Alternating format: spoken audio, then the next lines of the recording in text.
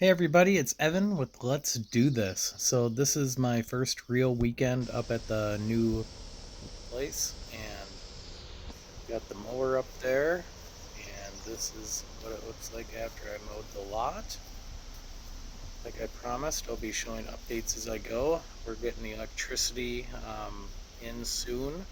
We're having the company come out and stake it out. Then one of my neighbors that owns an excavation company, he's actually going to come and take care of a bunch of the trees with me. So that was awesome of him to do. We're able to enjoy some fireworks.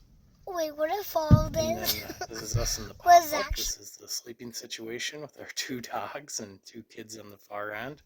Again, I got that camper for real cheap on an auction. This is after clearing some more dead trees. This is really coming along. I can't wait to have you all join me on this journey. If you haven't subscribed, do that and be seeing our updates. Right down the street, this is our beach that we get to enjoy. Hopefully, get to spend many more weekends up here. The kids really had fun, minus some bug bites. Thanks for watching. See y'all soon.